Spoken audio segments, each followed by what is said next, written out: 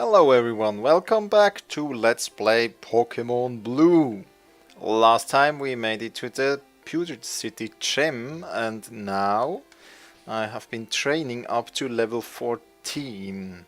14 is the level of the highest level Pokemon of Brock.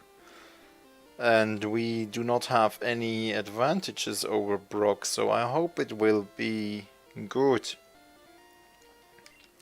So, I'm Brock, the Pewter City's gym leader. I believe in rock-hard defense and determination. That's why my Pokemon are all the rock type. Do you still want to challenge me? Fine then, show me your best. Alright. I hope my best will be good enough. Brock, also one of the main figures in the anime. Brock's Geodude, level 12. Now, what will we do? First, I will, using select button to we'll be using the select button to rearrange the skills, the attacks, moves. Alright, a crit, very nice, but you can see it is ineffective, and he was burned. He immediately used a full heal, well that's bad. Well, that was better than I was expecting so far. And I wonder why he was using a full heal on the first turn. Could he smell the burn, or... I don't know. So far it's going surprisingly well, actually. I did not expect it to go that well. Burn and another full heal. Well, that's your death sentence. Should have used a potion there. Alright, next up Onix.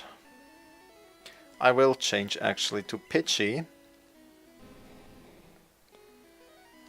I will be using a bit of a cheesy tactic like sand attacking.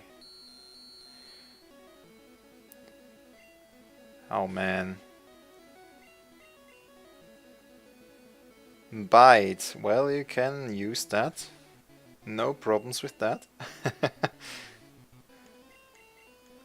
Yes, unleash your energy. Well, if you don't know, Bite is an attack that if you attack the Onix during 2 turns, I think it will store the attack power and hit with double the power back. So if you happen to attack Onix now, you will get quite a bit into your face, so best not do that. So now we have weakened its accuracy as far as we can. Now let's see. You can see we cannot do a lot. So I think I will switch back to Charmander and hope I can get a burn on Onix to speed things up. So let's see. Also, what things they did better in later versions. I mean, there's lots and lots of things they did better. Not only the story, but also interface, for example. In later versions, you can see like the experience bar, how much experience you lack for the next level, which is not yet implemented in this version. Alright, why am I growling all the time? I wanted to do it just during the bite skill. Now Ember, please. Yes, that's good. Another thing that was different back then is the stats system, actually. I will show that after the battle if I do not forget. Oh come on, you got 2 burns off on Geodude and none on Onyx.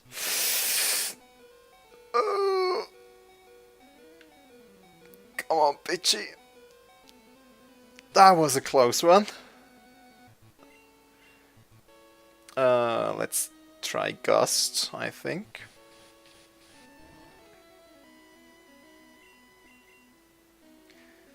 So far, so good.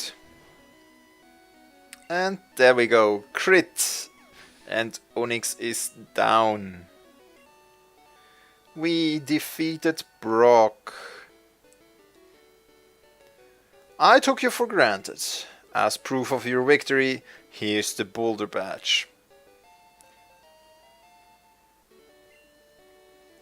That's an official Pokémon League badge. Its bearer's Pokémon become more powerful. The technique Flash can now be used anytime.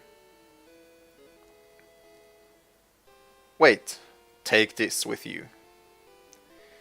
We receive TM34. A TM contains a technique that can be taught to Pokémon. A TM is good only once. So when you use one to teach a new technique, pick the Pokémon carefully.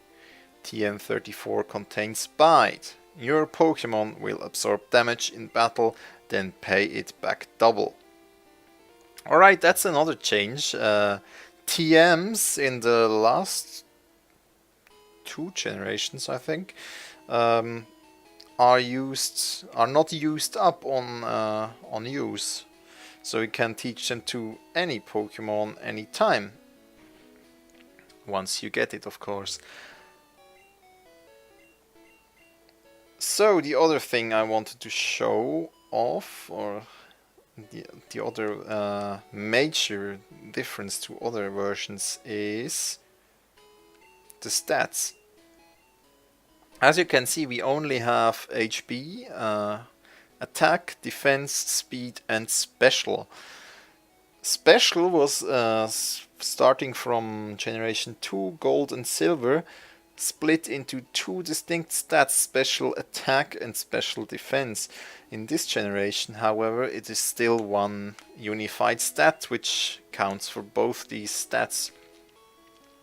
Also, I think the type of the move determines if it's special or not, so I don't have that stuff in mind, so I hope I will not fail too badly. You looked at me, didn't you? So yeah, in later versions you can see exactly which skills, which moves use special stat or which ones use the regular attack stat. And also defense, special defense lowers the damage received from special attacks, obviously, and defense lowers the damage received from physical or regular attacks.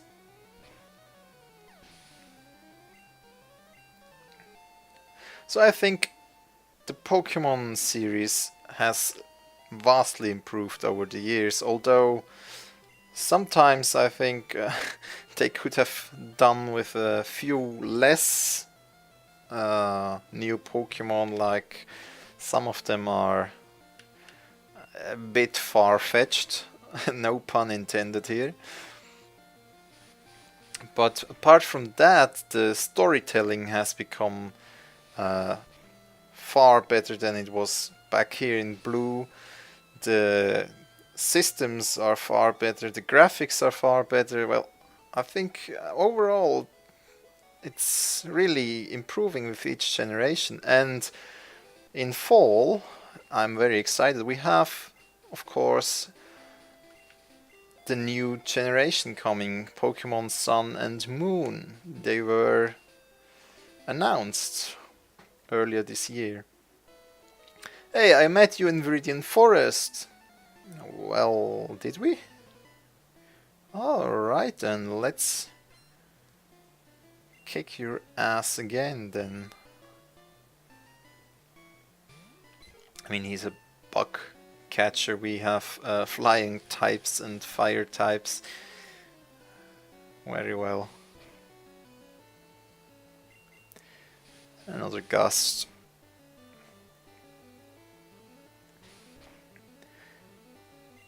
Now, if you know the game, you know next gym will be a water type, so if you pick Charmander as your starter Pokemon, you will have a harder time in the beginning, but I think Charizard, the evolution, is just so cool that, well, makes up for it.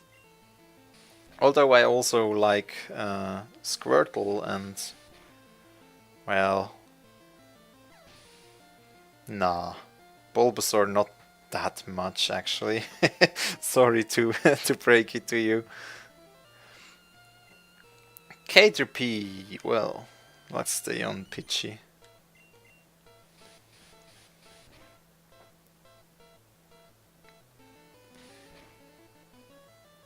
Alright.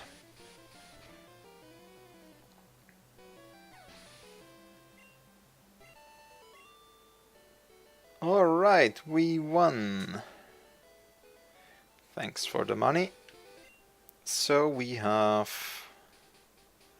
level 15, level 15.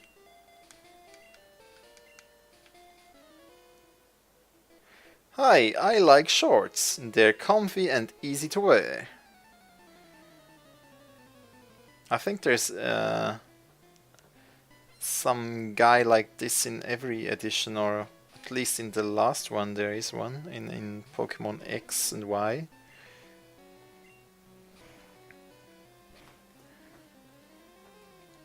So yeah, overall I think each generation of Pokemon is worth buying, in my opinion.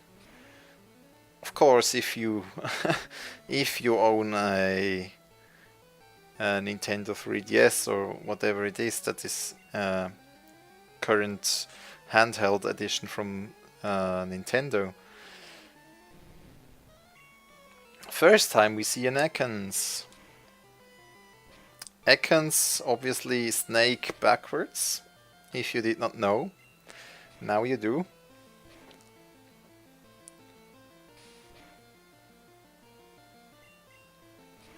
What was it in German? I think it was Retan, which is not a ret in reverse. So if you don't know, my mother tongue is Swiss German actually, so I do understand German.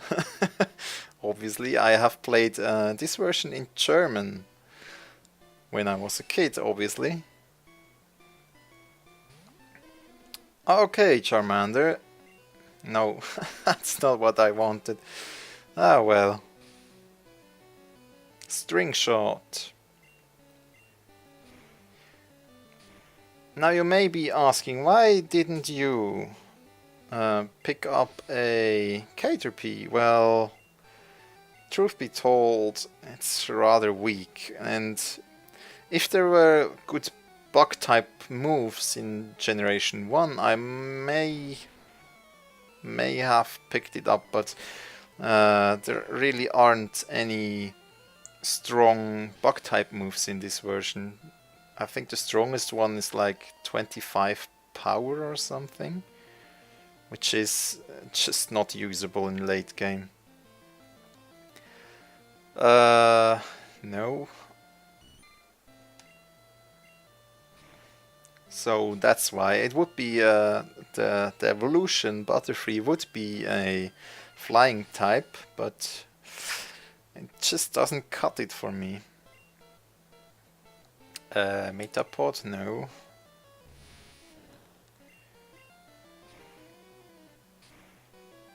Alright, there we go.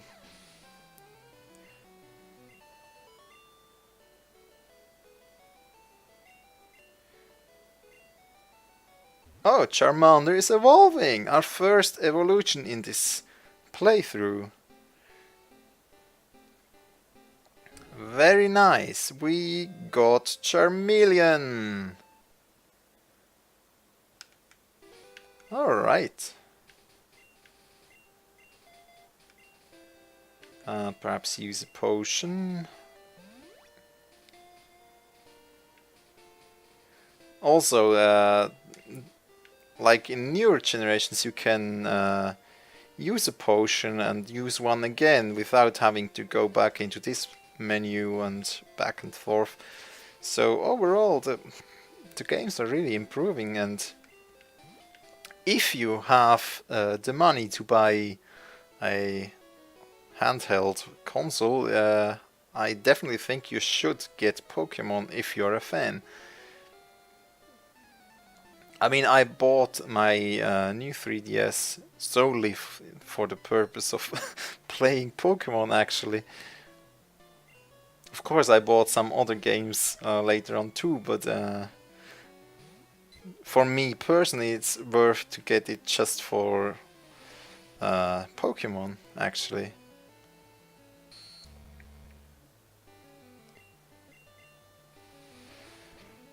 Alright.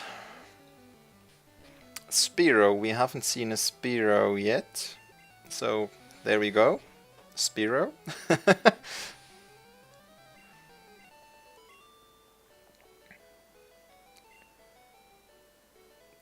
If there is one thing I had to say that is worse in newer generations, it's the difficulty.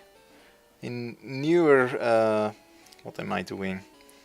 In newer generations, the difficulty is just too easy, I think. They give you everything. Like in Pokemon X, you got a ton of Pokeballs and potions, and everything was thrown at you, and you got way too much money from trainer fights anyways. So that's one thing I would, well, perhaps difficulty slider. Like, alright, I want to play in easy mode, then, well, let the game give you more stuff, and let's say I want to do harder mode, in which case you get less things and perhaps better AI on enemies, like selecting moves not randomly but according to your and their type.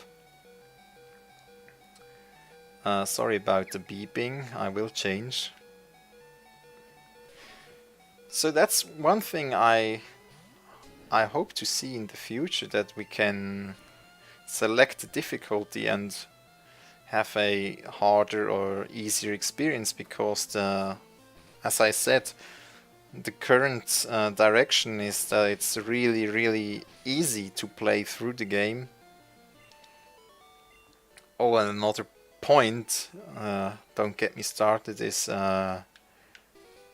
event Pokemons. I despise them. I despise the notion of not being able to obtain Pokemon solely because you were not at an event.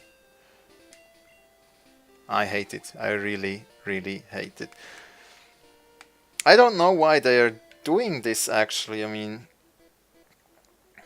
having two versions and having to trade between them is bad enough, but I think that was designed that way since the beginning, and I can understand why that kind of is the case, but having event Pokemon that you cannot obtain through any means, but having some kind of code in a certain time period, I don't like it.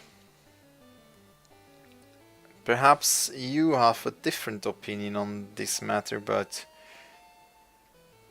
well, that's my opinion. Pidgey should be good against Metapod. Gust.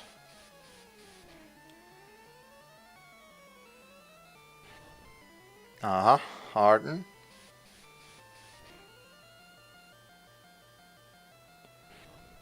Oh, come on, you're just delaying the inevitable.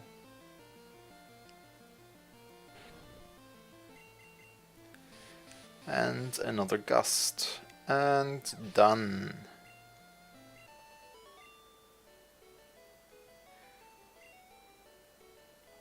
So perhaps in the future, I will end the episode now here.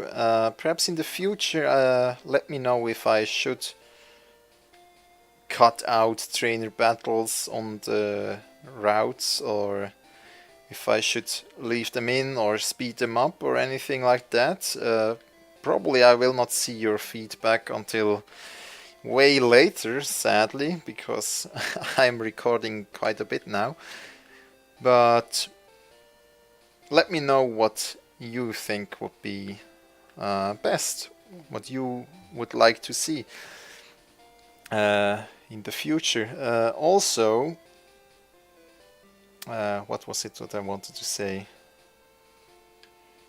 Oh yeah, I do training off screen. Random battles, I try to avoid random battles as far as possible. Later on we will be able to pick up repels, and this will help a lot in this matter too, but now in the beginning I sadly cannot skip them entirely. I can flee from them, but I cannot skip them entirely, sadly, so you will have to bear with me on those. So, thanks a lot for watching. Time to end the episode. I hope you have enjoyed, and I hope to see you next time. Thanks a lot for watching again, and goodbye.